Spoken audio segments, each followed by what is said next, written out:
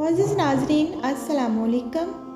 ایک معجزاتی تابوت جس نے اسے حاصل کیا، جس قوم کے یہ تابوت ملا وہ دنیا کی فاتح قوم بنی۔ وہ تابوت جس کی تلاش میں یہودی آج تک ہزاروں جگہ کھود چکے ہیں۔ اس تابوت میں آخر کیا ہے؟ تاریخ میں یہ تابوت کس کے پاس تھا اور قیامت سے پہلے یہ کس کو ملے گا؟ آج ہم دنیا کے سب سے معجزاتی تابوت سکینہ کے بارے میں جانیں گے۔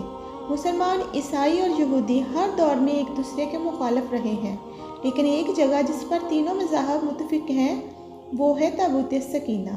یہ ایک ایسا معجزاتی تابوت ہے جو مومنین کے دلوں میں سکون کے لیے نازل ہوا اور حضرت آدم سے آخری نبیوں کی میراث تھا، جس کی وجہ سے اس کی عظمت و حرمت بہت زیادہ ہے۔ اس صندوق کو تابوت سکینہ اس لیے کہا جاتا ہے کہ اس تابوت کے ذریعے لوگوں کے دلوں کو اطمینان اور سکون حاصل ہوا۔ اسی سکون کی وجہ سے اس تابوت کا نام سکینہ تابوت ہے۔ انگلش میں اس کا ٹرانسلیٹ آرک آف کابینہ کے طور پر کیا جاتا ہے۔ روایات کے مطابق یہ تابوت حضرت آدم علیہ السلام پر نازل ہوا تھا، جو ایک بہت بھاری صندوق تھا جس کی لکڑی سے بنا تھا۔ وہ اسے اپنے ساتھ جنت سے اس دنیا میں لے آئے اور یہ حضرت آدم علیہ السلام کی وفات تک ان کے پاس رہا۔ جب حضرت آدم علیہ السلام کی وفات کا وقت قریب آیا تو آپ نے یہ صندوق اپنے جانشین بیٹے حضرت شیش کو دے دیا۔ اس طرح اسے بنی شیش کے تابوت میں منتقل کر دیا گیا، یہاں تک کہ حضرت یعقوب علیہ السلام تک پہنچا۔ پھر یہ تابوت بنی اسرائیل کی ملکیت بن کر حضرت موسیٰ علیہ السلام کے پاس آیا۔ حضرت موسیٰ علیہ السلام نے برسوں صحرائے سینا میں بھٹکنے کے بعد اپنی قوم کے لیے عبادت کا خیمہ بنایا۔ اس خیمہ میں ایک چھوٹی سی جگہ بنائی گئی تھی جہاں آپ نے سکینہ کا تابوت رکھا۔ بعد میں حضرت داؤد علیہ السلام اور حضرت سلیمان علیہ السلام نے ایک ہی جگہ پر ایک عظیم الشان عبادت گاہ بنائی، جہاں تابوت کو رکھنے کے لیے ایک عمارت بنائی گئی جس کا نام ہیکل رکھا گیا۔ یہ عمارت جنوں کی مدد سے بنائی گئی تھی، جس میں قیمتی پتھروں، یاقوت، زمرد اور سونے اور چاندی کے تختوں کی دیواریں تھیں۔ ہیکل اتنا روشن اور شاندار تھا کہ رات کو بھی روشنی کی ضرورت نہیں پڑتی تھی۔ جس خصوصی کمرے میں تابوت رکھا گیا تھا اسے القدس کہا جاتا تھا۔ سوال یہ پیدا ہوتا ہے کہ اس تابوت میں ایسا کیا تھا کہ بنی اسرائیل اسے مقدس سمجھتے تھے؟ در حقیقت انبیاء علیہ السلام کی برکتیں اس تابوت میں تھیں۔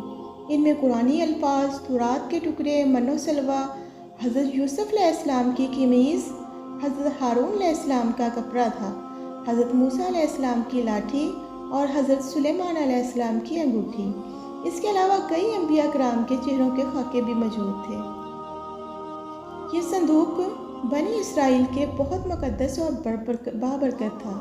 بنی اسرائیل جب کفار سے لڑتے تھے اور دشمنوں کے بڑے لشکر کو دیکھتے تھے تو ڈر جاتے تھے اور ان کے دلوں کی دھڑکن تیز ہو جاتی تھی۔ چنانچہ وہ اس ڈر کو اپنے سامنے رکھتے اور پھر وہ اس ڈر کو ختم کرنے کے لیے اس تابوت کو اپنے سامنے رکھتے تو اس کے بعد اس تابوت سے ایسی رحمتیں اور برکتیں نمودار ہوتی کہ بنی اسرائیل کے جوانوں کے دلوں میں اطمینان اور سکون پیدا ہو جاتا اور ان کے کانپتے دل چٹان کی طرح مضبوط ہو جاتے۔ اس طرح وہ ہر جنگ جیت جاتے۔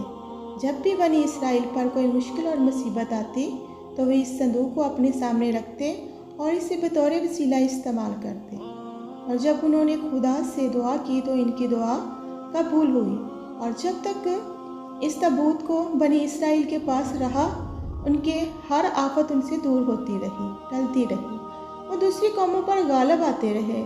مختصراً کہ یہ تابوت بنی اسرائیل کے لیے عروج و برکات کا سبب تھا۔ لیکن جب بنی اسرائیل مختلف گناہوں میں مبتلا ہو گئے اور ان لوگوں میں نافرمانی اور کفر پیدا ہو گیا، بس ان کے برے اعمال کی وجہ سے ان پر خدا کا غضب نازل ہوا۔ یہ قوم عمالقہ کے کافروں نے ان لوگوں پر لشکر لے کر حملہ کیا۔ ان کافروں نے بنی اسرائیل کو قتل عام کیا اور ان کی بستیوں کو لوٹ لیا۔ عمارتیں تباہ ہو گئی اور پورا شہر تباہ اور ویران ہو گیا، اور یہ مقدس تابوت بھی وہ اپنے ساتھ لے گئے۔ انہوں نے اس مقدس تابوت کو نجاست کے کوڑے میں پھینک دیا، لیکن اس بے ہمتی نے